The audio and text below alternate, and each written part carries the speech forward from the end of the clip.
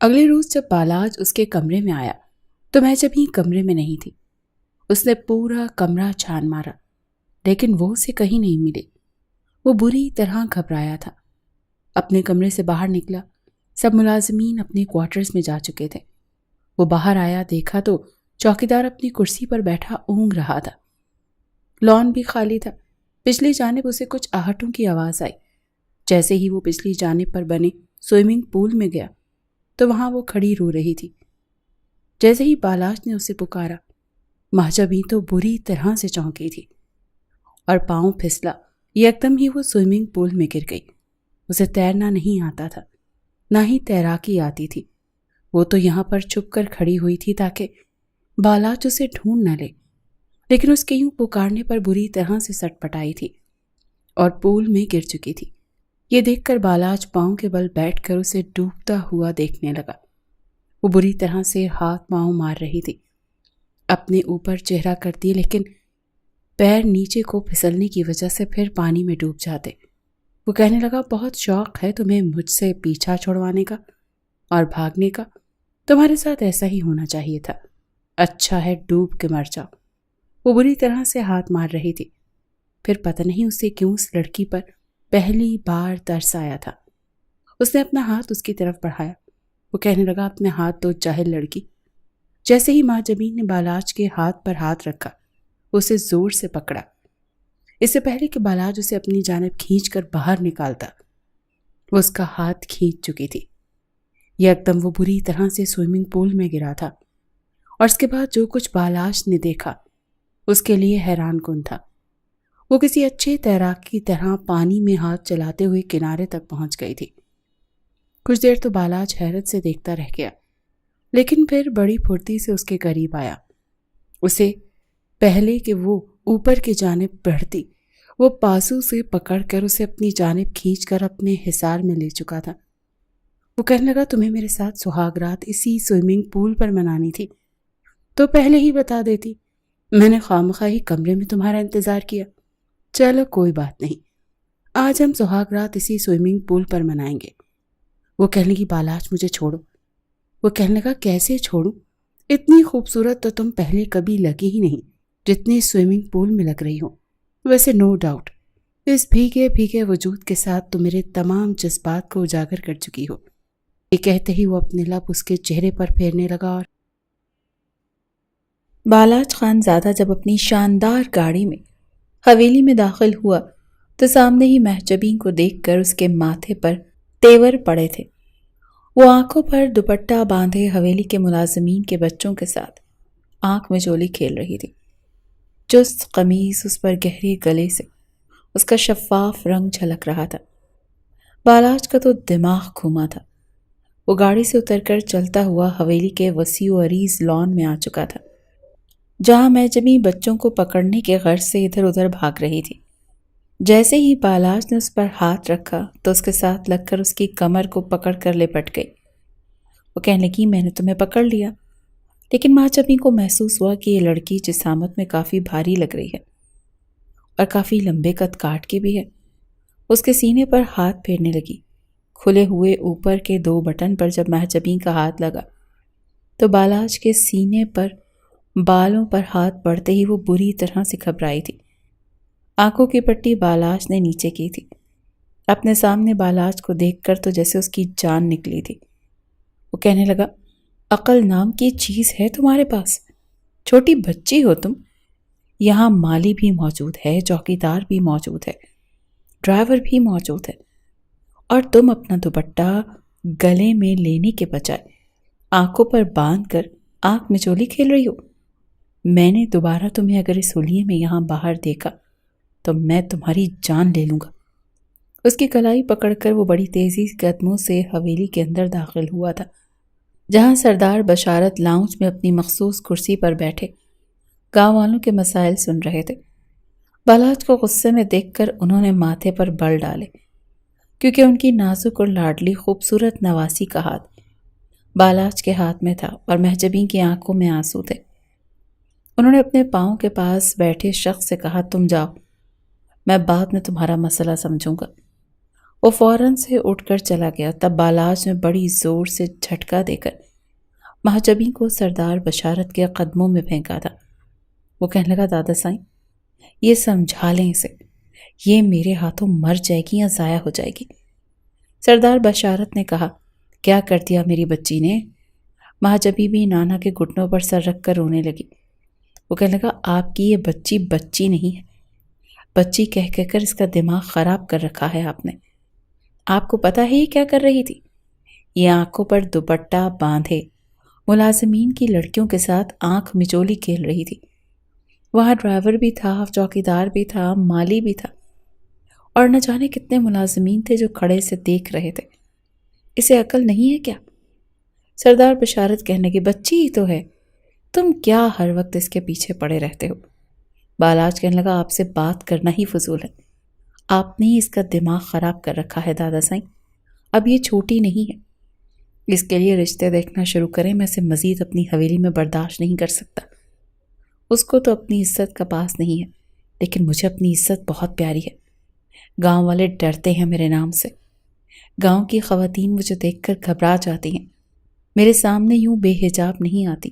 اور دیکھیے یہ لڑکی ہے ہمارے گھر کی ادنا ملازمین کے سامنے جاہلوں کی طرح آنکھ مچولی کھیلتے ہوئے، اسے یہ تک احساس نہیں کہ کون کون سے کس کس نظر سے دیکھ رہا ہوگا اسے۔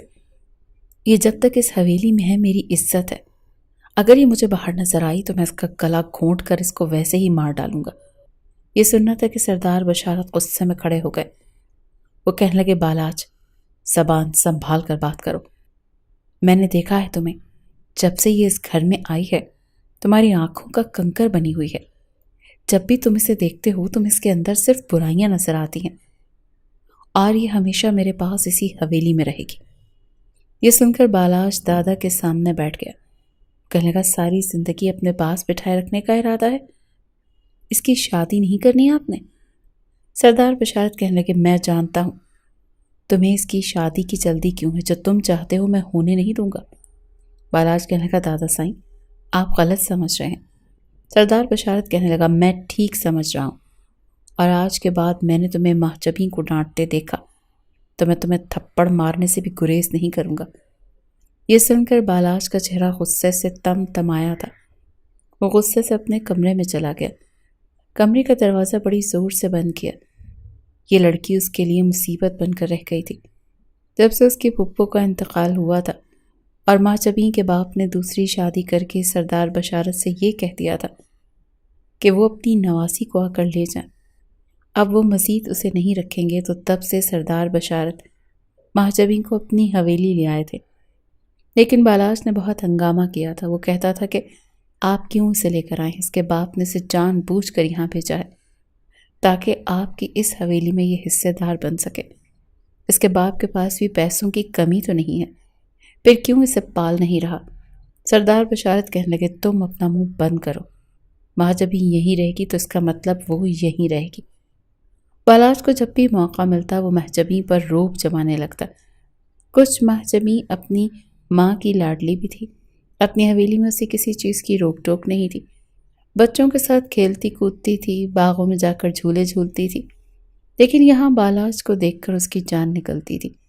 پہلے ہی وہ اس سے بہت ڈرتی اور گھبراتی تھی، بس ایک سردار بشارت ہی تھے جو کہ مہجبین کے نخرے اٹھاتے تھے، کبھی ناراض ہو جاتی تو اپنے ہاتھ سے کھانا کھلاتے۔ مہجبین میں انہیں اپنی بیٹی نظر آتی تھی، وہ اسے بہت پیار کرتے تھے، لیکن بالاج کے تیور انہیں کچھ ٹھیک نہیں لگ رہے تھے۔ وہ بیمار رہنے لگے تھے، اپنے نواسی کی فکر بھی ستاتی رہتی تھی۔ ایک بار بالاج سردار بشارت کے کمرے میں آیا اور کہنے لگا دادا سائیں مجھے آپ سے بات کرنی ہے۔ وہ کہنے لگے ہاں بولو کیا بات کرنی ہے؟ وہ کہنے لگا میرا ایک دوست ہے، شہر میں رہتا ہے، اچھا کماتا ہے، گھرانہ بھی اچھا ہے، میں چاہتا ہوں کہ آپ مہجبین کی شادی وہاں کروا دیں۔ یہ سن کر سردار بشارت کے ماتھے پر بل پڑے تھے، وہ غصے سے بالاج کو دیکھنے لگے۔ وہ کہنے لگے میں اپنی نواسی کی شادی غیر برادری میں کیوں کرنے لگا؟ بالاج کہنے لگا تو برادری میں ہے کون، کس سے شادی کرنا چاہتے ہیں آپ اس کی؟ یہ سن کر سردار بشارت نے کہا تم۔ یہ سن کر تو بالاج کو جیسے تن بدن میں آگ لگ گئی تھی۔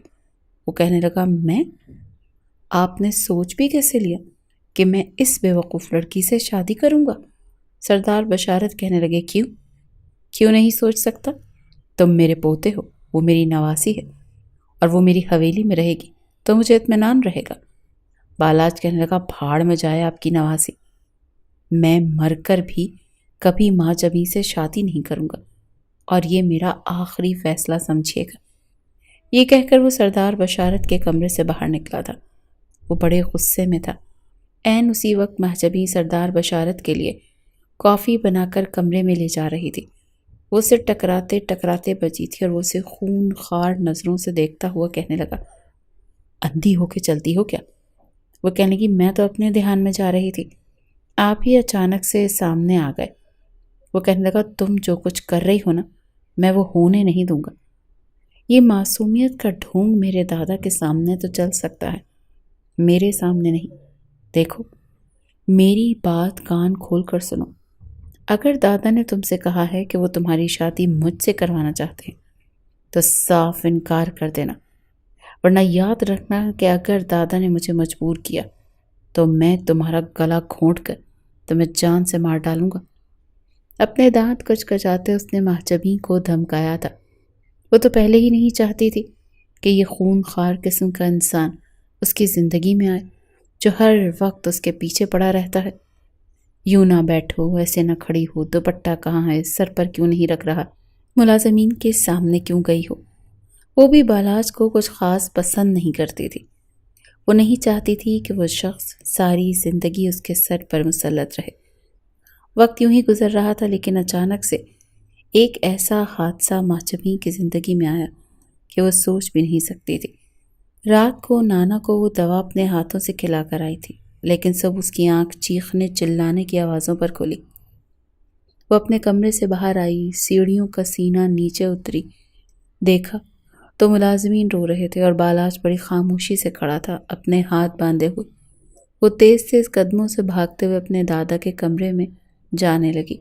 جب بالاج نے اس کی کلائی پکڑی، وہ کہنے لگا، دادا جان کا انتقال ہو گیا ہے۔ یہ سن کر محجبی اپنے ہوش کھو بیٹھی تھی۔ وہ کہنے لگی، آپ جھوٹ بول رہے ہو، نانا جان مجھے یوں چھوڑ کر نہیں جا سکتے۔ میں نے تو رات کو بھی انہیں دوا دی تھی، ان کی طبیعت بالکل ٹھیک تھی۔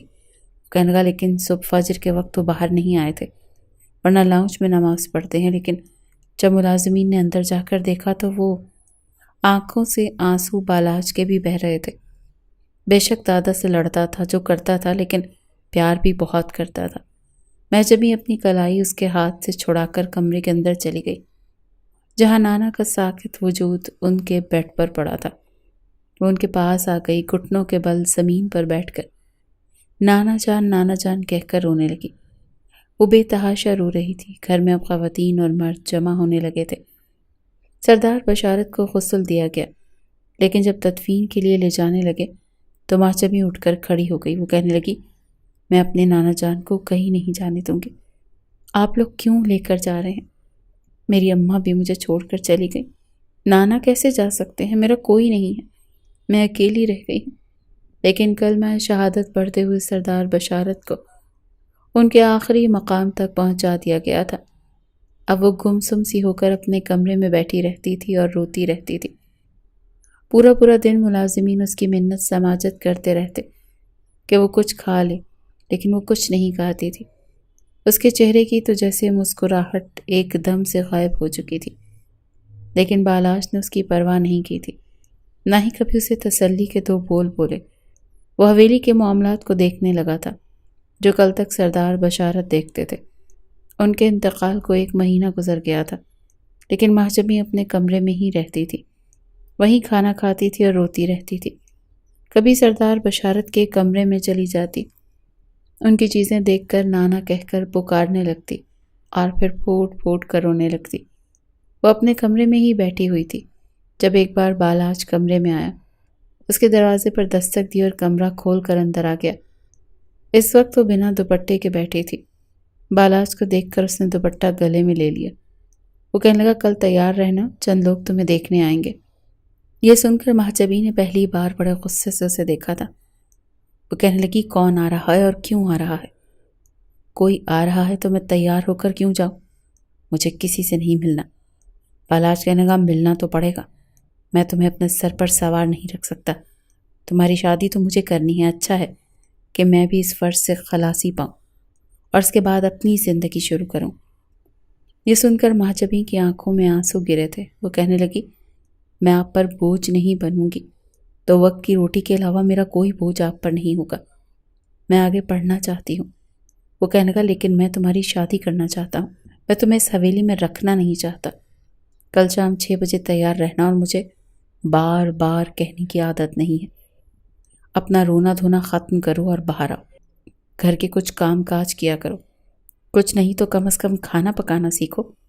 سسرال میں کوئی تمہیں بستر پر بٹھا کر نہیں کھلائے گا۔ بڑا روکھا لہجہ تھا۔ یہ کہہ کر بالاج باہر چلا گیا۔ مہاجبیں کو شدت سے سردار بشارت کی یاد آئی تھی۔ وہ کتنے نخرے اٹھاتے تھے اس کو اپنے ہاتھ سے کھانا کھلاتے تھے، کتنے پیار سے بات کرتے تھے۔ یوں تو بالاج کے بھی والدین نہیں تھے، بچپن سے ہی دادا نے پرورش کی تھی۔ بالاج 5 سال کا تھا جب اس کے والدین عمرے کی ادائیگی کے لیے گئے تھے، لیکن جہاز کریش ہونے کی وجہ سے ہمیشہ کے لیے اسے چھوڑ کر چلے گئے تھے۔ سردار بشارت کو بیٹے اور بہو کا بہت دکھ تھا، لیکن پوتے سے انہیں بہت محبت تھی۔ سردار بشارت کے بعد ہر چیز کا مالک اب بالاج بن چکا تھا۔ اگلے ہی روز وہیں بالاج کا شہر میں رہنے والا دوست اپنے والدین کے ساتھ آیا تھا کہ لڑکی کو خود دیکھیں گے، اور بالاج نے اس بات پر اعتراض نہیں کیا تھا۔ جب یہ بات مہاجبیں کو پتہ چلی تو اس نے باہر آنے سے ہی انکار کر دیا۔ ملازمہ نے بالاج کے کان میں جا کر بات بتائی کہ بی بی صاحبہ باہر آنے کے لیے تیار نہیں ہے۔ مہمانوں کے سامنے بالاج کے اعصاب تن گئے۔ وہ خود مہاجبیں کے کمرے میں آیا۔ وہ کہنے لگا، یہ کیا نیا تماشا ہے؟ باہر کیوں نہیں آ رہی؟ وہ کہنے لگی، ویسے تو آپ کو میرے دوپٹے کی بڑی فکر ہوتی ہے کہ میں ملازمین کے سامنے نہ جایا کروں، کیونکہ میں اس حویلی کی عزت ہوں، اور اس اجنبی لڑکے کے سامنے مجھے بٹھاتے ہوئے آپ کی غیرت کو کوئی فرق نہیں پڑتا۔ اس نے بالاج کی غیرت کو للکارا تھا۔ وہ کہنے لگا، شٹ اپ، میں تمہاری بک بک سننے کے موڈ میں نہیں ہوں، چلو جلدی کرو، اٹھو، کھڑی ہو جاؤ۔ اس کے بیڈ کے قریب آ گیا۔ وہ کہنے لگی، آپ زبردستی میری شادی کسی سے نہیں کروا سکتے، میں آپ پر بوجھ نہیں بنوں گی، بس آپ مجھے BBA کروا دیں، میں کوئی جاب کر لوں گی۔ وہ کہنے لگا، میں فضول باتیں سننے کے موڈ میں نہیں ہوں، جلدی کرو، کھڑی ہو جاؤ۔ بالاج نے مہجبیں کو کلائی سے پکڑ کر اسے کھڑا کیا اور اپنی ہمراہی میں اسے باہر لے کر آیا تھا۔ مہجبیں نظریں جھکائے صوفے پر بیٹھ چکی تھی۔ وہ لڑکا ماجد اس کو دیکھ کر آنکھیں جھپکنا بھول گیا تھا۔ اس کے والدین کو بھی مہجبیں بہت پسند آئی تھی۔ انہوں نے وہیں پر رشتے کے لیے رضامندی دے دی، اور بالاج بے حد خوش تھا۔ اسے مٹھائی منگوائی اور منہ بھی میٹھا کروا دیا، بلکہ زبردستی مٹھائی کا ایک ٹکڑا اس نے مہجبیں کے منہ میں بھی ڈالا تھا۔ وہ وہاں سے اٹھ کر اپنے کمرے میں آ کر رونے لگی۔ کیا کچھ خواب نہیں دیکھے تھے اس نے؟ ابھی تو اس نے صرف BCom کیا تھا، آگے BBA کرنے کا شوق رکھتی تھی، لیکن یہ نہیں پتا تھا کہ دادا کے جانے کے بعد یہ شخص اسے چند مہینے بھی برداشت نہیں کرے گا۔ بالاج اس کا رشتہ پکا کر کے بے حد مطمئن ہو چکا تھا۔ ویسے بھی وہ پاکستان میں رہنا نہیں چاہتا تھا۔ یہ حویلی بیچ کر وہ بیرون ملک سیٹل ہونا چاہتا تھا اور وہیں بزنس کرنا چاہتا تھا، اور حویلی بیچنے سے پہلے اسے ہر صورت مہجبیں کی شادی کرنی تھی۔ انہی دنوں اس نے وکیل کو بلا کر حویلی کے کاغذات منگوائے تھے، جو کہ سردار بشارت نے وکیل کو دے رکھے تھے۔ وکیل نے جب بالاج کی بات سنی تو کہنے لگا، آپ کس کی اجازت سے یہ حویلی بیچ رہے ہیں؟ وہ کہنے لگا، آپ کا مطلب کیا ہے؟ میرے دادا کے بعد ان کی ہر چیز پر میرا حق ہے، میں ان کا اکلوتا وارث تھا۔ وکیل نے جو خبر اسے بتائی بالاج کے 14 طبق روشن کرنے کے لیے کافی تھی۔ وکیل صاحب کہنے لگے، بالاج صاحب، مجھے بڑے افسوس کے ساتھ یہ بات کہنی پڑ رہی ہے کہ سردار بشارت نے آپ کے نام کچھ بھی نہیں کیا، نہ یہ حویلی آپ کے نام ہے، نہ ان کی لاکھوں ایکڑ کی زمین۔ سردار بشارت نے سب کچھ اپنی نواسی مہجبیں کے نام کیا ہے، اور ان کی وصیت بھی ہے آپ کے نام۔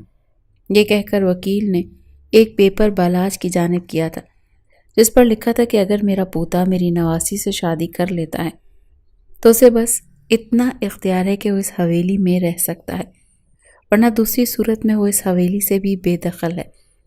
بالاج کا بس نہیں چل رہا تھا کہ کیا نہ کر گزرے۔ اسے امید نہیں تھی کہ اس کے دادا اس کے ساتھ یہ سب کچھ بھی کر سکتے ہیں۔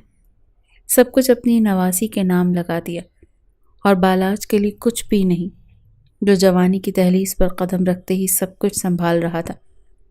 سردار بشارت کا دایاں بازو بنا ہوا تھا، صرف اس لڑکی کے آنے کی وجہ سے۔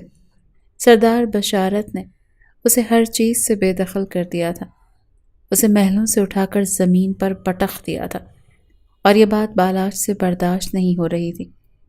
وہ سمجھ نہیں پا رہا تھا کہ اب اسے کیا کرنا چاہیے۔ اس نے وکیل صاحب سے کہا کہ اگر محجبی اپنی مرضی سے سب کچھ میرے نام کر دے، کیونکہ وہ 20 سال کی ہے۔ وکیل صاحب نے اس کی بات سن کر مسکرانے لگا۔ وہ کہنے لگا، بالاج صاحب، آپ کے دادا کی وصیت کے مطابق سب کچھ محجبی کے کنٹرول میں رہے گا۔ اس کا شوہر ہونے کے ناطے جو بھی شخص ہوگا وہ اس کے ساتھ رہ سکتا ہے، کھا بھی سکتا ہے، لیکن جب تک وہ 2 بچوں کی ماں نہیں بن جاتی اور ان کی شادی کو 10-12 سال نہیں گزر جاتے، وہ اس جائیداد کو کسی کے بھی نام نہیں لگوا سکتی۔ وہ چاہ کر بھی ایسا نہیں کر سکتی۔ اب فیصلہ آپ کے ہاتھ میں ہے۔ ویسے آپ کے دادا کی دلی خواہش تھی کہ محجبی کی شادی آپ سے ہو جاتی، لیکن آپ اپنے فیصلے میں بالکل آزاد ہیں۔ آپ کے پاس صرف 10 دن ہیں بالاج صاحب۔ یا تو آپ گھر سے جا سکتے ہیں، یا پھر ان 10 دنوں کے اندر اندر محجبی سے نکاح کر کے اسی گھر میں رہ سکتے ہیں، لیکن ہر کام کے لیے چیک پر سائن آپ کو محجبین کے ہی کروانے پڑیں گے۔ دادا کی وصیت سن کر بالاج کے تو ماتھے پر پسینہ نمودار ہوا تھا۔ اگر یہ سب باتیں محجبین کو پتہ چل جاتی تو وہ کتنی با اختیار ہو چکی ہوتی، تو یقیناً اسے دھکے دے کر حویلی سے نکال دیتی۔ اس سے پہلے کہ وکیل دادا کی وصیت محجبین کے گوش گزار کرتا، بالاج کو جو کچھ کرنا تھا بہت جلد کرنا تھا۔ اسی لیے جب وہ گھر گیا، محجبی اپنے کمرے میں تھی۔ بالاج نے اس کے کمرے پر دستک دی تو کہنے لگی، کون؟ ابھی بھی ایسا لگ رہا تھا جیسے رو رہی ہو۔ اس کے لہجے میں نمی تھی۔ وہ کہنے لگا، میں ہوں بالاج۔ وہ کہنے لگی، اب کیا کام ہے آپ کو؟ آپ کی ہر بات پر میں نے سر جھکا دیا، جہاں چاہیں میری شادی کر دیں، دفع ہو جاؤں، کہ میں آپ کی اس حویلی سے دوبارہ کبھی شکل تک نہیں دکھاؤں گی۔ وہ جانتا تھا کہ وہ تپی بیٹھی ہے۔ دفع تو وہ اسے کرنا چاہتا تھا، لیکن دادا جان نے بالاج کے ساتھ جو کچھ کیا تھا، مجبوری تھی کہ اسے محجبی کے کمرے میں جانا پڑا تھا۔ وہ کہنے لگا، میں تمہارا رشتہ توڑ رہا ہوں۔ یہ سن کر محجبی نے حیرت سے دیکھا، اپنے آنسو صاف کیے، اٹھ کر اس کے پاس آ کر کھڑی ہو گئی۔ وہ کہنے لگی، کیوں؟ اب کیا ہوا؟ وہ کہنے لگا، بس 2 دن کے بعد جمعہ ہے اور جمعے والے دن میں تم سے نکاح کروں گا۔ یہ سن کر تو محجبی حیران رہ گئی تھی، پھر وہ کہنے لگی، جی نہیں، مجھے نہیں کرنی آپ سے شادی، اور آپ مجھ جیسی لڑکی سے شادی کیوں کرنا چاہتے ہیں؟ آپ تو مجھ سے جان چھڑوانا چاہتے ہیں، اور میں آپ کی جان چھوڑ دوں گی۔ وہ کہنے لگا، میں نے تم سے کیا کہا ہے؟ میں نے تم سے کہا ہے کہ جمعے کو میں تم سے نکاح کر رہا ہوں، تو اس کا مطلب ہے کہ کر رہا ہوں۔ تم اسی حویلی میں رہو گی اور میری بیوی کی حیثیت سے رہو گی۔ محجبی کہنے لگی، میں مرنا پسند کروں گی، لیکن آپ کی بیوی بننا پسند نہیں کروں گی۔ آپ کسی اور سے میری شادی کر دیں، بلکہ جس سے آپ نے میرا رشتہ طے کیا اسی سے کر دیں۔ نہ تو بالاج اسے وجہ بتا سکتا تھا، نہ ہی اسے چھوڑ سکتا تھا۔ وہ کہنے لگا، تمہیں اردو سمجھ میں آتی ہے؟ میں سیدھی بات تم سے کر رہا ہوں کہ پرسوں میرا نکاح ہے تم سے، چپ چاپ نکاح نامے پر سائن کر دینا، ورنہ دوسری صورت میں بھی شادی مجھ سے ہی کرنی پڑے گی۔ تمہارے پاس کوئی دوسرا آپشن نہیں ہے۔ بالاج کی بات سن کر وہ تلخ لہجے میں بولی۔ وہ کہنے لگی، میں نے آپ سے کہہ دیا، میں مرنا پسند کروں گی، لیکن آپ سے شادی کرنا نہیں۔ بالاج اس کے قریب آیا، اس کا بازو پکڑ کر اس کو اپنے قریب کیا۔ وہ کہنے لگا، تو پھر مر جاؤ، کیونکہ جمعے والے دن نکاح نامے پر سائن ہر صورت میں کرنا پڑے گا۔ چاہو تو اس رشتے کو بڑے آرام سے تم قبول کر سکتی ہو، اور چاہو تو میں زبردستی بھی کر سکتا ہوں، مجھے کوئی فرق نہیں پڑے گا۔ تم سے سائن کروانا میرے لیے کوئی مشکل کام نہیں ہے۔ رہ گئی بات تمہارے ساتھ زندگی گزارنے کی، تو یہ میری سب سے بڑی مجبوری ہوگی۔ یہ کہتے ہوئے اس کا بازو چھوڑ چکا تھا۔ محجبی کہنے لگی، آپ کی کوئی مجبوری ہے تو یہ میرا مسئلہ نہیں ہے۔ میں آپ کے ساتھ نکاح نہیں کروں گی کسی بھی صورت، چاہے آپ میرا گلا ہی کیوں نہ گھونٹ دیں۔ اس لڑکی کی ضد کے آگے بالاج زچ ہوا تھا۔ اگلا ہاتھ اس نے محجبی کی گردن پر رکھا اور اسے دیوار کے ساتھ لگا دیا۔ محجبی سوچ بھی نہیں سکتی تھی کہ بالاج ایسا بھی کچھ کر گزرے گا۔ اس نے اپنے ہاتھ پر ذرا سا زور دیا تھا پھر اس کے چہرے کے قریب اپنا چہرہ کیا۔ وہ کہنے لگا انکار نہیں سننا چاہتا، چپ چاپ نکاح نامے پر سائن کر دینا، ورنہ پرسوں کی یہ رات کی صبح تم نہیں دیکھو گی۔ اسے دھمکاتے ہوئے وہ کمرے سے باہر جا چکا تھا اور ماں چبھی کا یہ حال تھا کہ وہ سانس بھی نہیں لے پا رہی تھی۔ اسے گھٹن کا احساس ہونے لگا تھا۔ یہ شخص کس قسم کا تھا، پل پل میں اپنا روپ بدلنے والا۔ پہلے ہی اسے مجھے حویلی سے نکالنے کی تکلیف تھی اور اب یہ چاہتا ہے کہ میں ساری زندگی حویلی میں اس کے نام پر بیٹھی رہوں۔ ماں چبھی اپنے نانا کو یاد کر کے رونے لگی۔ جمعے کی صبح ہی صبح ایک ملازمہ اسے عروسی لباس دے گئی تھی۔ وہ کہنے لگی چھوٹے صاحب نے کہا ہے کہ اسے پہن کر تیار ہو جائیں، مولانا صاحب 5 بجے آ جائیں گے۔ ماں جبھی چپ چاپ بیٹھی رہی۔ 5 بجے جب مولانا صاحب کمرے میں آئے تب بھی اس نے عام سا لباس پہنا تھا، لیکن نکاح میں کوئی بھی تماشا نہیں لگایا تھا۔ چپ چاپ نکاح کر لیا کیونکہ اندر کہیں نہ کہیں بالاج کا خوف موجود تھا۔ نکاح کے بعد مولانا صاحب تو چلے گئے۔ اس نے عروسی لباس پکڑ کر دروازے پر کھینچ کر مارا تھا۔ اسی وقت بالاج نے دروازہ کھولا تھا اور عروسی لباس اس کے سینے سے ٹکرا کر نیچے گرا تھا۔ سامنے بالاج کو دیکھ کر جیسے ماں چبھی کے ہوش اڑ گئے تھے۔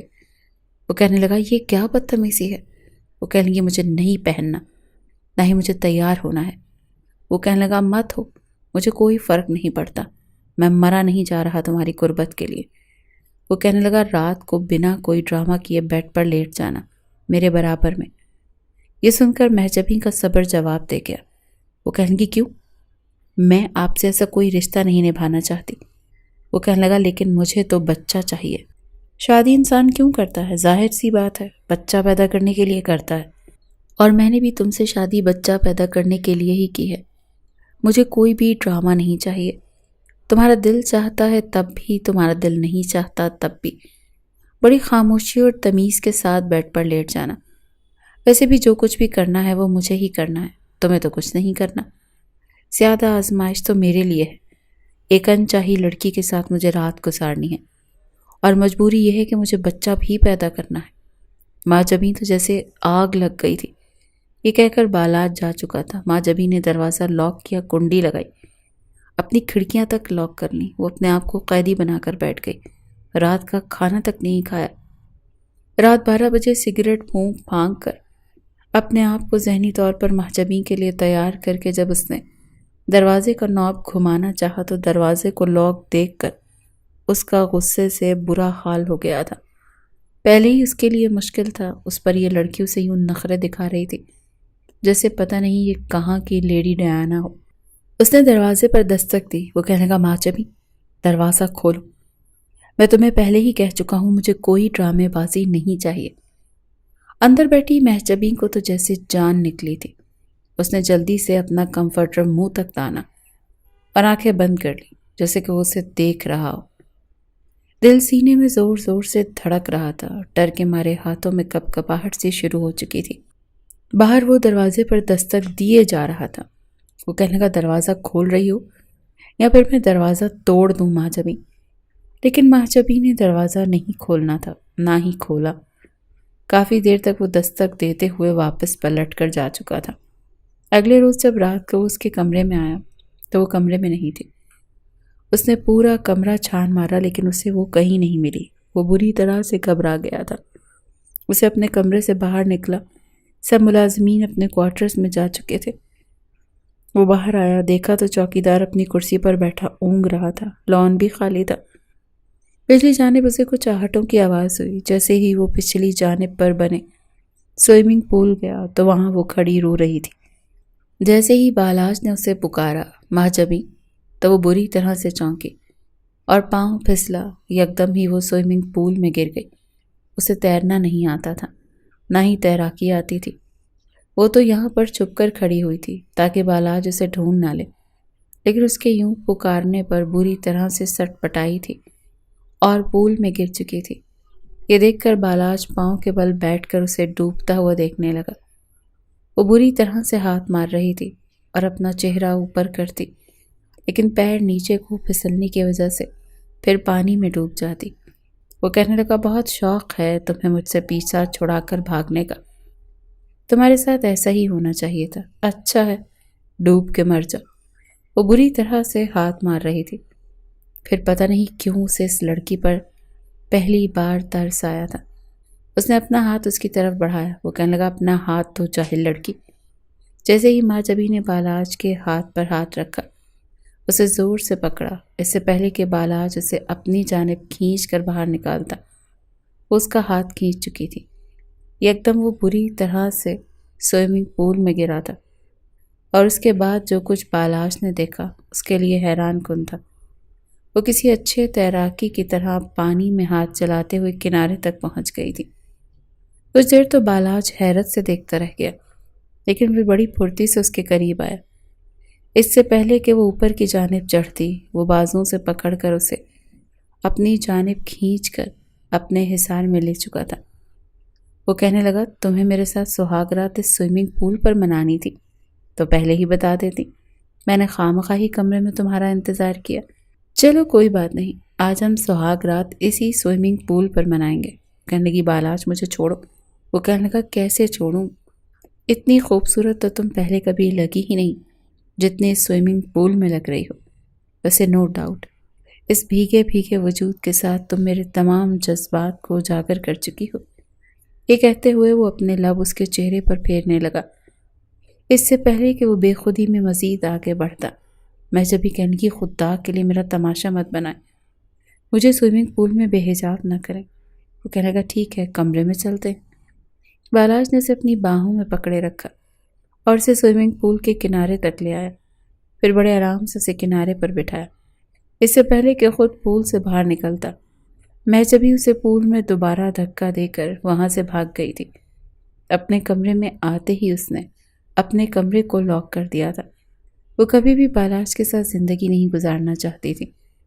اسے اتنا تو اندازہ ہو گیا تھا کہ کل تک یہ شخص میری شادی کسی اور کے ساتھ کرنے کے لیے بےتاب تھا، اور اچانک مجھ سے نکاح کر لیا۔ یقیناً یہ محبت نہیں، اس کے پیچھے بالاج کا کوئی نہ کوئی مقصد ضرور چھپا تھا، اور وہ مقصد وہ پورا ہونے نہیں دے گی۔ دوسری جانب بالاج کا غصہ عروج پر تھا۔ اسے ماجبین کی بات پر بھروسہ نہیں کرنا چاہیے تھا۔ وہ جانتا تھا کہ اب وہ اپنا کمرہ لاک کر چکی ہوگی، اسے قریب نہیں آنے دے گی۔ اسے ماجبین سے دلچسپی تھی بھی نہیں، وہ تو لالا رخ سے محبت کرتا تھا اور اسی سے شادی کرنا چاہتا تھا۔ لالا رخ اور بالاج ایک ہی یونیورسٹی میں پڑھتے تھے۔ پہلے بھی اس نے اپنے دادا سردار بشارت سے لالا رخ کا ذکر کیا تھا، لیکن سردار بشارت کے چہرے پر ناگواری چھائی تھی اور ماتھے پر بل پڑ گئے تھے۔ وہ کہنے لگی کہ برادری سے باہر تو تم شادی کے بارے میں سوچ بھی نہیں سکتے۔ لالا رخ شہر میں رہتی ہے۔ بالاج کہنے لگا دادا سائیں وہ جب ہماری حویلی میں آئے گی تو ہماری ہو جائے گی، ہماری برادری کی ہو جائے گی۔ لیکن سردار بشارت نے انکار کر دیا تھا۔ لیکن بالاج تبھی سوچ چکا تھا کہ شادی لالا رخ سے ہی کرے گا، لیکن یہ نہیں جانتا تھا کہ دادا نے اسے کتنے برے طریقے سے پھنسایا تھا۔ اس اولاد چاہیے تھی تاکہ ماجبین کا دل بچوں میں لگ جائے اور وہ دوسری شادی لالا رخ سے کر کے شہر میں اپنی زندگی گزارے، کیونکہ وصیت کے مطابق اسے دوسری شادی کی اجازت نہیں تھی۔ اگر ماجبین کا شوہر دوسری شادی کرتا تو وہ کبھی بھی حویلی کے کسی بھی چیز کا حقدار نہیں ہوتا، لیکن وہ چاہتا تھا کہ لالا رخ سے کی جانے والی شادی خفیہ رہے جب تک کہ ماجبین کے 2-3 بچے نہیں ہو جاتے۔ وہ جانتا تھا کہ جب تک ماجبین کے بچے نہیں ہو جاتے وہ کبھی بھی اس کے ساتھ پابند ہو کر نہیں رہے گی، کیونکہ عورت ہمیشہ بچوں کی وجہ سے ہی بہت کچھ برداشت کر جاتی ہے، یہاں تک کہ مرد کی دوسری بیوی بھی، اور یہی وہ چاہتا تھا۔ وہ اپنی محبت بھی پانا چاہتا تھا اور دادا کی حویلی اور جائیداد پر بھی حق جمانا چاہتا تھا۔ دوسری جانب لالا رخ بار بار اسے فون کر رہی تھی کہ پہلے تو ہم دونوں کے بیچ تمہارے دادا سردار بشارت دیوار بنے ہوئے تھے، لیکن اب تو راستہ صاف ہے۔ تم کب میرے گھر والوں کے پاس آؤ گے اور رشتہ مانگو گے؟ بالاج اسے مسلسل ٹال رہا تھا کہ ابھی دادا سائیں کی وفات کو زیادہ وقت نہیں گزرا، اسی لیے شادی نہیں کر سکتے۔ لالا رخ کہنے لگی شادی نہیں کر سکتے تو رشتہ تو مانگ سکتے ہو، اس میں تو کوئی حرج نہیں۔ ابھی تو لالا رخ کو بھی ذہنی طور پر اس بات پر آمادہ کرنا تھا کہ ماجبین اس کی پہلی بیوی ہے۔ اگلے روز صبح جب ماجبین کمرے سے باہر آئی، اس وقت بالاج ناشتہ کر رہا تھا۔ وہ اسے کینہ توز نظروں سے دیکھ رہا تھا۔ وہ کہنے لگا ادھر آؤ۔ وہ گھبرا کر رہ گئی تھی۔ اس وقت تو وہ جا چکا ہوتا تھا۔ حویلی میں وہ صبح نظر نہیں آتا تھا۔ وہ کہنے لگی مجھے نہیں آنا۔ کہنے لگا ادھر آؤ ورنہ میں آ جاؤں گا۔ اندر ہی اندر مہاجبیں اب بھی اس سے ڈر رہی تھی۔ وہ دھیرے دھیرے قدم اٹھاتے اس کے پاس آئی۔ کہنے لگا رات کو کیا شرارت کی تھی تم نے؟ دیکھو تم بچی نہیں ہو، نکاح کا مطلب تم بھی اچھے طریقے سے جانتی ہو۔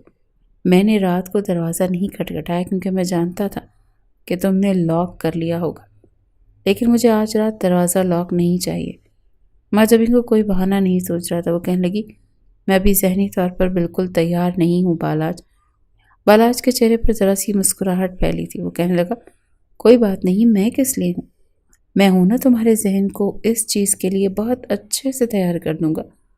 مہاجبی کہنے لگی اس کی ضرورت نہیں ہے، مجھے بس یہ بتا دیں کہ آخر آپ کا مقصد کیا ہے؟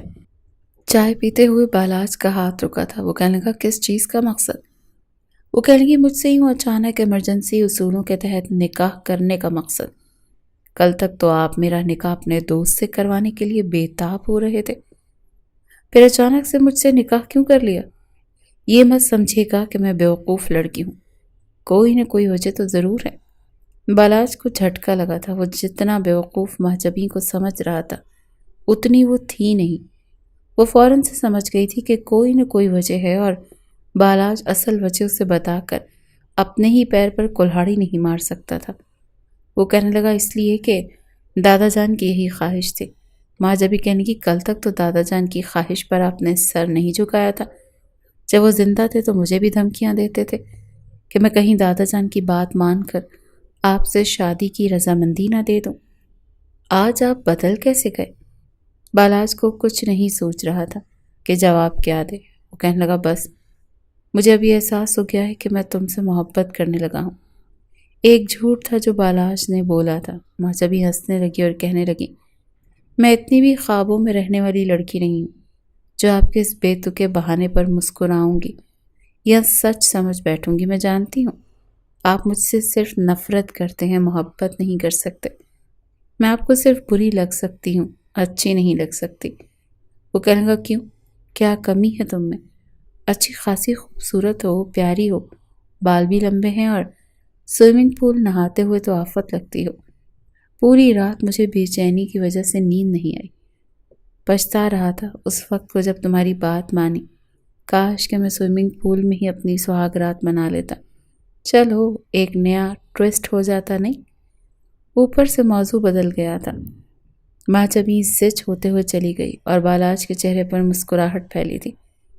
وہ کہنے لگا بس ایک بار ذرا تم میرے بچوں کی ماں بن جاؤ، پھر ساری سچائی بتاؤں گا تمہیں۔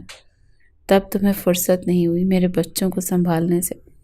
رات کا کھانا کھاتے سب سے پہلے بالاج مہاجبی کے کمرے میں گیا تھا۔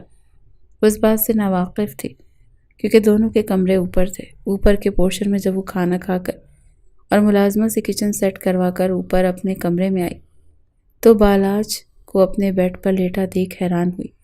وہ کہنے لگی آپ میرے کمرے میں کیا کر رہے ہیں؟ وہ کہنے لگا وہی جو ایک شوہر اپنی بیوی کے کمرے میں جا کر کرتا ہے۔ پھر وہ اٹھ کر کھڑا ہو گیا کہ کہیں دروازے سے باہر نکل کر بھاگ نہ جائے۔ جلدی سے اس کی کڑائی پکڑی اور اسے کمرے کے اندر لے آیا۔ کمرے کا دروازہ بند کر کے کنڈی لگا دی۔ مہاجبی تو ابھی ٹھیک سے سمجھ ہی نہیں پائی تھی اور وہ آنن فانن اس کے سارے راستے بند کر چکا تھا۔ وہ کہنے لگی دروازہ کیوں بند کیا ہے؟ دیکھیں آپ یہاں سے جائیں۔ بالاج کہنے لگا کیوں جاؤں؟ مجھے خالی خولی پیپر میرج تھوڑی کرنی تھی، میں نے تو اپنے اس نکاح کو نبھانا بھی ہے۔ اس سے پہلے کہ وہ اس کی جانب قدم بڑھاتا وہ دروازے سے جا لگی تھی۔ وہ کہنے لگی دیکھیں میرے پاس مت آئیے گا۔ وہ کہنے لگا کیوں؟ کیا تمہارے پاس آؤں گا تو مجھے کرنٹ مارو گی؟ یہ کہہ کر وہ ہنسنے لگا۔ مہاجبین کو کچھ نہیں سوچا تو ڈریسنگ ٹیبل کے پاس چلی گئی۔ وہاں رکھے ایک پرفیوم کی بوتل اٹھائی اور بالاج کی طرف نشانہ باندھا۔ وہ کہنے لگی اگر آپ میرے قریب آئے تو میں یہ بوتل آپ کے سر پر دے ماروں گی۔ بالاج کو تو توقع نہیں تھی کہ یہ لڑکی ایسی دھمکی بھی اسے دے سکتی ہے۔ مہاجبی نے پرفیوم کی بوتل کو بالاج کی طرف پھینکا تھا اور دیوار سے لگ کر ٹوٹ گئی تھی۔ پھر اس نے دوسری بوتل اٹھائی۔ بالاج تو بوکھلا کر رہ گیا۔ وہ کہنے لگا یہ تم کیا کر رہی ہو؟ وہ کہنے لگی باہر جائیں یہاں سے، مجھے نہیں نبھانا آپ کے ساتھ کوئی بھی رشتہ۔ یہ کہتے ہوئے وہ روئے جا رہی تھی۔ آپ یقیناً میرے ساتھ کچھ غلط کرنا چاہتے ہیں، آپ مجھ سے محبت نہیں کرتے۔ یہ کہتے ہوئے وہ رونے لگی۔ بالاج اس کے رویے پر حیران تھا۔ وہ کہنے لگی مجھ سے کوئی محبت نہیں کرتا، صرف نانا جان کرتے تھے اور وہ دنیا سے چلے گئے۔ میں جانتی ہوں آپ کا کوئی نہ کوئی مقصد چھپا ہے، آپ جھوٹ بول رہے ہیں۔ یہ کہتے ہوئے اس نے دوسری بوتل بھی دیوار پر دے ماری۔ خدا کے لیے چلے جائیں یہاں سے۔ اور اب وہ سسکیوں سے رو رہی تھی۔ بالاج کے دل کو جیسے کچھ ہوا۔ وہ کمرے سے باہر آ گیا اور اپنے کمرے میں آ کر بیٹھ گیا۔ وہ اسی کے بارے میں سوچنے لگا۔ غلط تو وہ کر رہا تھا، اس کا مقصد اچھا نہیں تھا، لیکن پہلی بار ماجبی کے بارے میں سوچ رہا تھا۔ اس کی بھی کیا زندگی ہوگی جب وہ بس اس لیے میرے ساتھ رہے گی کہ میرے بچے پالے؟ کیا اس کا حق نہیں کہ وہ میری محبت کو پائے؟ پتہ نہیں اس نے ایسا کیوں سوچا تھا۔ اس سے پہلے کہ وہ مزید اس کے بارے میں سوچتا، لالا روک کا فون آنے لگا۔ اس نے فون اٹھایا تو وہ کہنے لگی چاہتے کیا ہو تم؟ کس چیز کا انتظار ہے؟ آج بھی میرے بابا کے دوست کی فیملی مجھے دیکھ کر گئی ہے اور میرا رشتہ مانگ رہے تھے، میں کب تک انکار کروں بالاج؟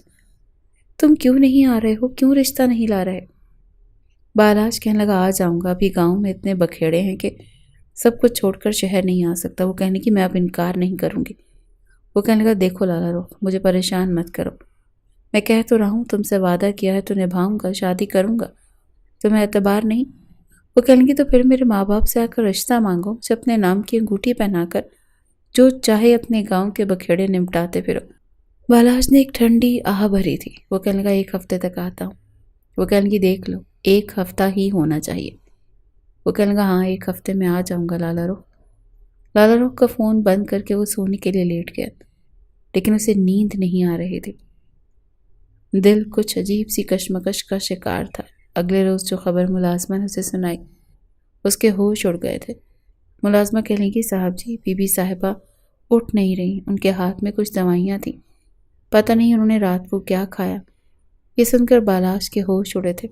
بھاگا دوڑا وہ ماجبین کے کمرے میں گیا تھا۔ دیکھا تو اس کے ہاتھ میں نیند کی گولیوں کی شیشی تھی۔ پتہ نہیں وہ پاگل لڑکی کتنی کھا چکی تھی۔ اسے ہاسپٹل لے کر گیا۔ اس کے گاؤں کے قریب پہلا ہاسپٹل جو تھا وہ وہیں لے کر گیا تھا۔ بروقت ٹریٹمنٹ سے وہ خطرے سے باہر تھی۔ بالاج کو اس لڑکی پر جتنا غصہ آتا تھا اتنا کم تھا۔ شام تک ماجبین کو ہوش آ گیا تھا۔ وہ اپنے پرائیویٹ روم میں شفٹ ہو گئی تھی۔ جب بالاج اس کے کمرے میں آیا، نرس اسے ڈرپ لگا کر جا چکی تھی۔ وہ کہنے لگا یہ کیا حرکت کی تھی تم نے؟ وہ کہنے لگی تاکہ آپ میرے پاس نہ آئیں۔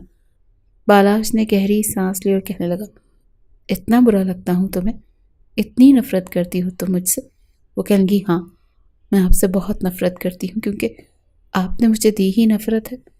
ہر وقت مجھے نفرت سے دیکھتے ہیں، اور یہ جو آپ کی محبت ہے نا، مجھے آپ کی اس محبت سے بھی نفرت ہے۔ مجھے دھوکے کی بو آتی ہے۔ آپ صرف اپنا مطلب پورا کرنا چاہتے ہیں، اس کے بعد مجھے ایک فالتو کے سامان کی طرح حویلی کے کونے میں پھینک دیں گے۔ میں اتنی بھی فالتو نہیں ہوں کہ بالاج خانزادہ کی ہوس کا سامان بنوں۔ بالاج نے اپنی مٹھیاں بھینچ کر اپنا غصہ ضبط کیا تھا۔ وہ کہنے لگا اس کا جواب میرے پاس بہت اچھا ہے۔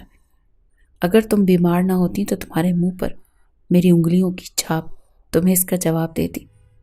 تمہیں میں ایسا لگتا ہوں؟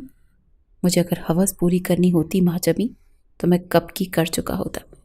مجھے کوئی روک نہیں سکتا تھا۔ اس کے لیے مجھے تم سے نکاح کرنے کی ضرورت نہیں تھی۔ بہرحال تمہارے ہاسپٹل سے چھٹی ہو چکی ہے، چلو تمہیں گھر لے کر چلوں۔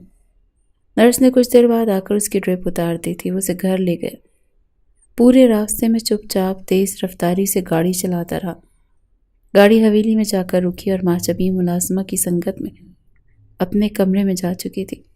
اس کے کھانے پینے اور اس کی میڈیسن کا خیال وہ خود رکھتا تھا، یہاں تک کہ اپنے سامنے اسے میڈیسن کھلاتا، جوس پلاتا۔ 3-4 دن میں وہ کافی بہتر ہو چکی تھی اور کچھ بالاج کی بھی سوچ بدلنے لگی تھی۔ اب وہ اسے بری نہیں لگتی تھی، اچھی لگنے لگی تھی۔ ایک رات وہ اپنے کمرے میں سو رہا تھا جب دروازے پر دستک ہوئی۔ دروازے پر ماجبین تھی۔ وہ حیران ہوا، کہنے لگا کیا ہوا؟ وہ کہنے لگی جلدی سے دروازہ کھولیں۔ جیسے ہی اس نے دروازہ کھولا وہ بالاج کے سینے کے ساتھ لگ کر لپٹ گئی اور رونے لگی۔ وہ کہنے لگا مہجبیں کیا ہوا ہے تمہیں؟ وہ اس کا سر سہلاتے ہوئے اسے اندر لے گیا۔ وہ کہنے لگی دادا جان خواب میں آئے تھے، بس میں اچانک سے اٹھ گئی، انہیں ڈھونڈنے لگی۔ یہ کہتے ہوئے وہ رونے لگی۔ وہ کہنے لگی مجھے کمرے میں ڈر لگ رہا ہے، میں یہاں آپ کے پاس سو جاؤں؟ وہ کہنے لگا ہاں سو جاؤ۔ پھر جا کر مہجبیں کو یہ احساس ہوا کہ اس کے ساتھ لگی ہوئی ہے۔ وہ اس سے فوراً سے پیچھے ہٹی۔ بال کھلے ہوئے تھے اور بالاج کی نظریں بدلنے لگی تھیں۔ وہ اسے بیڈ پر لے گیا اور اسے بیڈ پر لٹا دیا۔ خود وہ صوفے پر جا کر لیٹ گیا۔ کچھ ہی دیر میں مہجبیں سو چکی تھی، لیکن اب بالاج کو نیند نہیں آ رہی تھی۔ کافی دیر وہ سوچتا رہا، پھر دل کے ہاتھوں مجبور ہو کر اپنا تکیہ اٹھایا اور بیڈ پر رکھ دیا۔ بیڈ پر لیٹ کر مہجبیں کے کمبل میں خود بھی گھس گیا اور پھر اسے اپنے اندر سمیٹنا شروع کر دیا۔ آج وہ بھی اس کی بڑھتی ہوئی وارفتگی پر بوکھلا کر اٹھی تھی، لیکن تب تک وہ اسے اپنے اندر سمیٹ چکا تھا۔ اس سے پہلے کہ وہ کچھ بولتی، اس کے ہونٹوں پر اپنے ہونٹوں کا قفل لگا چکا تھا۔ ساری رات اپنی محبت اس پر نچھاور کرتا رہا تھا۔ ہوش تو اس کے سو اڑے تھے جب اسے اپنے پہلو میں لیٹے ہوئے دیکھا۔ رات کا خمار اتر چکا تھا۔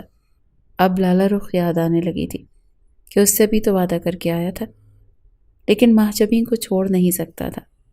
مہجبیں کے اٹھنے سے پہلے وہ کمرے سے باہر جا چکا تھا۔ دل بے حد بے چین تھا، حالانکہ اس کا ارادہ شہر جانے کا نہیں تھا، لیکن پھر بھی شہر جانے کے لیے نکل گیا۔ چاہتا تھا کہ لالا رخ سے بات کرے، اسے کہے کہ وہ اپنی کزن کو چھوڑ نہیں سکتا، اور اگر وہ اسے سوکن کے طور پر برداشت کر سکتی ہے تو پھر وہ اس سے نکاح کرے گا، ورنہ نہیں کرے گا۔ اس وقت وہ اپنے آفس میں ہوتی تھی، وہیں جاب کرتی تھی۔ جب وہ آفس پہنچا تو لالا رخ اس کے کمرے میں موجود تھی، اس کی پرسنل سیکرٹری کا کام کرتی تھی۔ جیسے ہی بالاج نے اپنے آفس کے کمرے کا دروازہ کھولا تو اندر کا منظر دیکھ کر اس کے ہوش اڑ گئے تھے۔ اسی کے آفس کے مینیجر کے گلے میں باہیں ڈالے اس کے بے حد قریب تھی، اور مینیجر کہہ رہا تھا کہ یہ ڈرامہ کب تک جاری رہے گا۔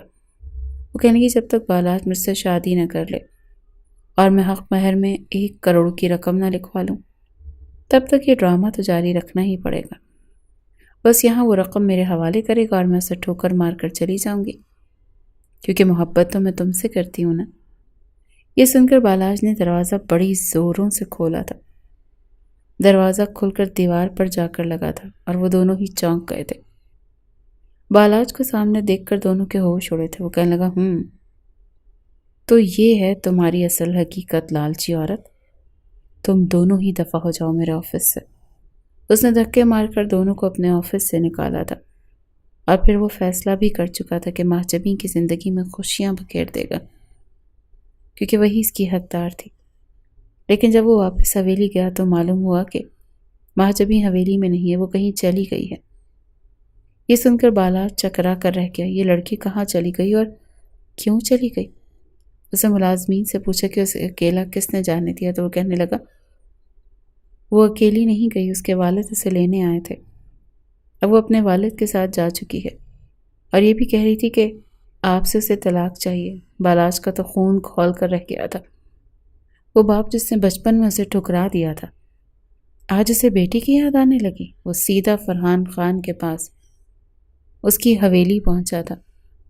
وہ کہنے لگا مہجبیں کو بلائیں۔ فرحان خان کہنے لگا پہلے مجھ سے بات کرو، میں اس کا باپ ہوں۔ بالاج کہنے لگا آپ بیٹی کی یاد کیسے آ گئی آج؟ وہ میری بیوی ہے اور مجھے آپ سے اجازت لینے کی ضرورت نہیں ہے۔ فرحان خان کہنے لگا میں جانتا ہوں تم نے کیوں میری بیٹی سے شادی کی ہے، کیونکہ اس کے نانا نے اپنی ساری جائیداد میری بیٹی کے نام کر دی، اور تم وہ سب کچھ ہتھیانے کے لیے مہجبیں سے نکاح کر چکے ہو۔ میری بیٹی کو طلاق دو، بالاج کہنے لگا، تاکہ آپ اس ساری جائیداد پر اپنا حق جمائیں۔ آپ کو بیٹی کی یاد آئی، اب مجھے سمجھ آیا۔ جب وہ چھوٹی تھی، جب اسے باپ کی شفقت کی ضرورت تھی، تب آپ اسے اپنانے کو تیار نہیں تھے، اسے اس کے نانا کے پاس پھینک کر آ گئے تھے، ورنہ اسے یتیم خانے میں پھینک دیتے، اور آج آپ کو بیٹی کی محبت دل میں جاگ اٹھی۔ پھر کہنے لگا مہجبیں باہر آؤ۔ مہجبیں دور کھڑی ساری باتیں سن رہی تھی، وہ کمرے سے باہر آ گئی۔ وہ کہنے لگا تمہارا باپ صرف تمہاری جائیداد کے پیچھے ہے. میں نے صرف دادا کا وعدہ نبھایا ہے، کیونکہ دادا چاہتے تھے میں تم سے شادی کروں، اور ساری جائیداد تمہارے نام لگانے کا ان کا مقصد بھی یہی تھا، تاکہ میرے پاس تمہیں اپنانے کے علاوہ اور کوئی دوسرا راستہ نہ بچے. میرے ساتھ چلو، میں تمہیں پوری عزت سے رکھوں گا، باخدا تمہاری حق تلفی کبھی نہیں کروں گا، اور بے شک ہر چیز تم خود اپنے پاس رکھنا. میں تم سے کچھ نہیں مانگوں گا، لیکن پلیز اپنے باپ کے ہاتھ کا کھلونا مت بنو. ماجبی کو بھی یاد آنے لگا کہ وہ کتنا رو رہی تھی، اپنے باپ کی منت سماجت کر رہی تھی کہ وہ اسے اپنے پاس رکھیں، اسے کسی کے پاس نہ چھوڑیں. لیکن اس کے باپ نے بڑی بے دردی سے اسے سردار بشارت کی طرف پھینکا تھا کہ یہ آپ کی بیٹی کی اولاد ہے اور میں اسے نہیں پال سکتا. یہ کہہ کر وہ اسے چھوڑ کر آ گیا تھا. کئی روز وہ اپنے باپ کو یاد کر کے روتی رہی تھی، لیکن باپ نے پلٹ کر نہیں دیکھا تھا، اور اب اچانک سے اسے لینے آ گیا. محبت جتا رہا تھا. بالاج کی زبردستی پر وہ پہلے ہی ناراض تھی، غصہ تھی، اسی لیے باپ کے ساتھ بنا سوچے سمجھے چلی گئی. لیکن اب سب کچھ سامنے آ چکا تھا. وہ بالاج کے پاس آ کر کھڑی ہو گئی تھی. وہ کہنے لگی مجھے بالاج کے ساتھ جانا ہے، مجھے آپ کے پاس نہیں رہنا، کیونکہ جب مجھے آپ کی ضرورت تھی تب آپ میرے پاس نہیں تھے. بالاج اسے واپس لے آیا تھا، کمرے میں لا کر اسے بٹھایا. وہ کہنے لگی کیا سچ میں آپ نے مجھ سے دولت کی لالچ میں نکاح کیا تھا؟ وہ کہنے لگا سچ سننا چاہتی ہو تم؟ ہاں، میں نے دولت کی لالچ میں تم سے نکاح کیا تھا، لیکن نکاح کا مطلب سمجھ آ گیا تھا. مجھے اب کچھ نہیں چاہیے سوائے تمہاری محبت کے. بتاؤ، دو گی مجھے محبت؟ بالاج کی یہ بات سن کر شرم سے ہی ماجبی کی نظریں جھکی تھیں. وہ کہنے لگی ہاں بالاج. بالاج نے اسے بہت خوش رکھا تھا جب ماجبی حاملہ ہو چکی تھی، اور بالاج کی خوشی کی کوئی انتہا نہیں تھی. جان بوجھ کر ماجبی اسے نخرے دکھاتی، اس کو سوئے ہوئے کو اٹھاتی تھی، کہتی تھی بالاج میرے پاؤں میں بہت درد ہے. وہ بیچارہ اٹھ کر نیند میں اس کے پاؤں دبانے لگتا. آج رات بھی اس نے ایسی حرکت کی تھی. اسے گہری نیند سے اٹھا کر کہنے لگی کہ میرے کاندھے میں بہت درد ہے، میرے بازو میں درد ہے. وہ دبانے لگا. آنکھیں بند اور نیند میں بے حال تھا، لیکن اس کا بازو دبایا تھا. اچانک سے بالاج کی نیم و آنکھوں نے دیکھا، وہ اپنی ہنسی دبا رہی تھی. وہ سب سمجھ گیا تھا کہ وہ ڈرامے بازی کر رہی ہے. وہیں بالاج کے ہاتھ رکے تھے. وہ کہنے کی ہاتھ کیوں روک لیا؟ جلدی دبائیں، بہت درد ہو رہا ہے. وہ کہنے لگا ڈرامہ کر رہی ہو؟ جانتی ہو نا مجھے اپنے بچے سے بہت پیار ہے، اسی لیے نخرے اٹھوا رہی ہو. وہ ہنسنے لگی، کہنے لگی تو کیا نہیں اٹھوانے چاہیے؟ میں بڑا قیمتی تحفہ دے رہی ہوں آپ کو. وہ کہنے لگا صرف تم دے رہی ہو؟ تحفہ تو میں نے تمہیں دیا ہے، تم اس تحفے کی نگہداشت کر رہی ہو. یہ کہتے ہوئے وہ اس کے بازو کو سیدھا کر کے اپنا سر رکھ کر لیٹ چکا تھا. ماں جبھی کہنے لگی بالاج پلیز بازو چھوڑے. وہ کہنے لگا نہیں، یہ تمہاری سزا ہے، جان بوجھ کر مجھ سے خدمتیں کرواتی ہو نا، آج رات ایسے ہی سونا پڑے گا. یہ کہہ کر وہ اسے اپنے اندر سمیٹ چکا تھا.